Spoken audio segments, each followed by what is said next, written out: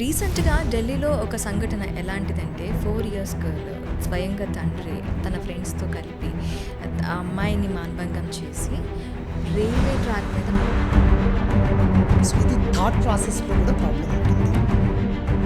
విచక్షణ రహితంగా కన్న బిడ్డ, అది కూడా 4 సంవత్సరాల అమ్మాయి. యాక్చువల్గా మీరు చెప్పిన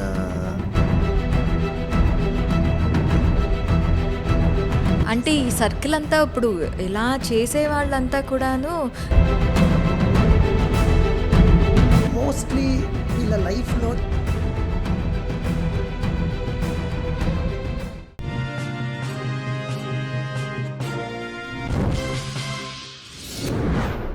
నమస్తే, వెల్కమ్ టు సోషల్ పోస్ట్. నేను మీ మాధురి. ఈరోజు మనతో పాటు ఉన్నారు డాక్టర్ సురేంద్ర, ఆండ్రాలజిస్ట్. నమస్తే సార్. నమస్తే అండి. సార్, మెన్లో మనకి ఈ స్పర్మ్ కౌంట్ తగ్గుతుంది, లేదంటే పర్ఫార్మెన్స్ సరిగ్గా లేదు అనే కంప్లైంట్స్ అని మనం చూస్తుంటాం. అయితే రీసెంట్గా ఢిల్లీలో ఒక సంఘటన ఎలాంటిదంటే 4 ఇయర్స్ గర్ల్ స్వయంగా తండ్రి తన ఫ్రెండ్స్తో కలిపి ఆ అమ్మాయిని మానభంగం చేసి రైల్వే ట్రాక్ మీద పడేసిన ఘటన. దీన్ని ఎట్లా చూడాలి? ఆ అమ్మాయి గోరు నుంచి ఎక్స్ట్రాక్ట్ చేసిన మట్టి ద్వారా ఆ డిఎన్ఏలో వీళ్ళు అని చెప్పి నిర్ధారణ అయింది. సో దీన్ని ఎట్లా మనం చూడాలి అంటారు? ఎట్టుపోతుంది అసలు సమాజం? యాక్చువల్గా మీరు చెప్పిన ఈ టాపిక్ అంటే ఇప్పుడు మీరు చెప్పిన ఈ చిన్న సన్నివేశము మనం అంతా కూడా తలదించుకోవాల్సిన సమస్య. చిన్న ఖచ్చితంగా. సన్నివేశం కాదు సార్, చాలా పెద్ద బిగ్ రియాలిటీ. సో నేనేది ఇప్పుడు మీరు చెప్పిన ఈ విషయం అని నా ఉద్దేశము. సో ఇదేంటంటేను అంటే ఆండ్రాలజిస్ట్ ప్రాస్పెక్ట్లో చూస్తే ఎప్పుడు చెప్తూ ఉంటాను, టెస్టోస్టిరోన్ అనేది మగవాళ్ళకు ఇంపార్టెంట్ హార్మోన్. అది ఓకే. ఎయిదర్ సెక్షువల్ ఇష్యూస్ అనండి, స్పర్మ్ ఇష్యూస్ అనండి, జనరల్ హెల్త్ కనండి, మగవాళ్ళందరికీ కూడా. కానీ ఈ టెస్టోస్టిరోన్ అనేది చాలా ఎక్కువ అయిపోయింది అనుకోండి. అంటే వేరే ఇప్పుడు డ్రగ్స్ అంటుంటారు, డ్రగ్స్ అని కాదు కానీ టాబ్లెట్స్ రూపం బూస్టర్స్ ఆఫ్ టెస్టోస్టిరోన్ కొన్ని తీసుకుంటూ ఉంటారు. వాటి వల్ల ఏమవుతుందంటే ఒక్కొక్కసారి ఆ కాగ్నిషన్ అనేదే ఓవర్ అగ్రెసివ్నెస్ ఇస్తుంది. మీరు సినిమాల్లో చూసిన ఏదో ఇంజెక్షన్ ఇస్తూ ఉంటారు, వెంటనే 10 మందిని కొట్టేస్తూ ఉంటారు. ఇవన్నీ కూడా కొందరు మగవాళ్ళకు టెస్టోస్టిరోన్ అగ్రెషన్ అయినప్పుడు జరుగుతూ ఉంటుంది. మీరేమన్నారు, 4 ఇయర్స్ బేబీ కన్న తండ్రి అంటున్నారు. ఇప్పుడు ఆ టెస్టోస్టిరోన్ అది ఎక్కువ అయినప్పుడు నిజంగా ఎదుట వాళ్ళు ఎవరు అనేది కూడా ఒక్కోసారి మర్చిపోయే అవకాశము అందరికీ కాదు. అంటే ఏంటి డాక్టర్ గారు మీరు మరి టెస్టోస్టిరోన్ ఎక్కువ ఉంటే అంతగా బిహేవ్ చేస్తారని మీరు అనొచ్చు. అది కాదు, విచక్షణ రహితంగా కన్న బిడ్డ, అది కూడా 4 సంవత్సరాల అమ్మాయి. సో ఇది థాట్ ప్రాసెస్లో కూడా ప్రాబ్లం ఉంటుంది. నాట్ ఓన్లీ జస్ట్ ఒక టెస్టోస్టిరోన్ ఎక్కువైపోయో లేదా ఈ హార్మోన్ చాలా డబుల్ ట్రిపుల్ ఇట్లా చేశారనేది కరెక్ట్ కాదు. ఇది ఏంటంటేను వాళ్ళ థాట్ ప్రాసెస్. వీళ్ళందరికీ కూడా కొంచెం సైకలాజికల్ ఇష్యూస్ కూడా ఉంటాయి. చిన్నప్పటి నుండే వీళ్ళకు ఈ సెక్స్ మీద ఈ కోరికలు అనేవి చాలా ఎక్కువ ఉంటాయి. ఎప్పుడైతే బ్రెయిన్ థాట్ ప్రాసెస్ పక్కకి వెళ్ళిపోయిందో ఎదుట ఉన్న వ్యక్తి తన కూతురా, కోడల, అంకోరా, వయసు ఏంటి అనేది కూడా తెలియదు. అమ్మాయి అయితే చాలు చాలు అంతే.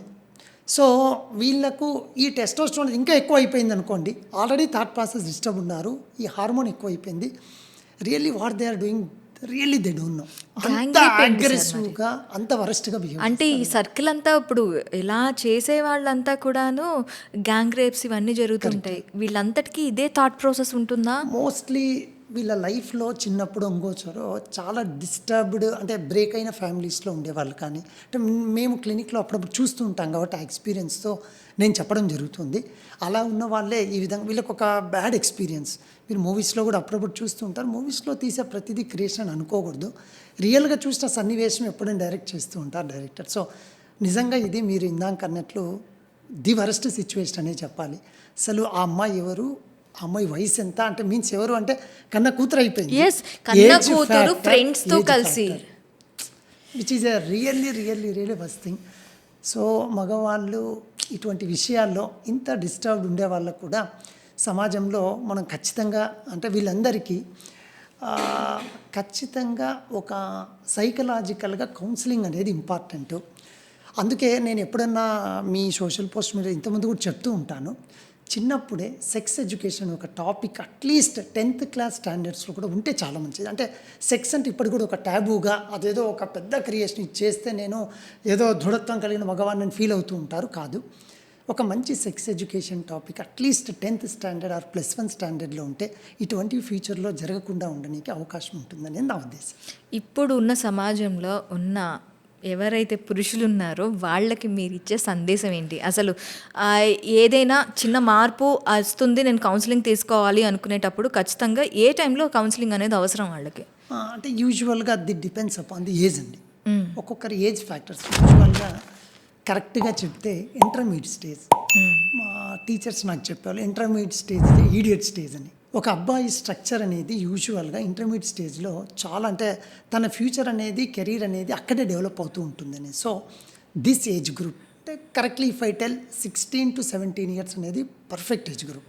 14 ఇయర్స్ ఆ టైంలో వీళ్ళకు అబ్బాయిలకు మెచ్యూరిటీ అనేది వస్తూ ఉంటుంది కాబట్టి 14+2 వాళ్ళకి ఆలోచన విధానం మారుతూ ఉంటుంది కాబట్టి ఈ టైంలో కనుక సెక్స్ ఎడ్యుకేషన్ గురించి అవగాహన ఇస్తే మాత్రము ఖచ్చితంగా మీరు ఇందాక మాట్లాడిన ఈ థింగ్స్ అనేటివి సొసైటీలో లేకుండా ఒక చక్కటి సొసైటీని మనము తప్పగా చూడొచ్చు. Thank you sir, thank you very much.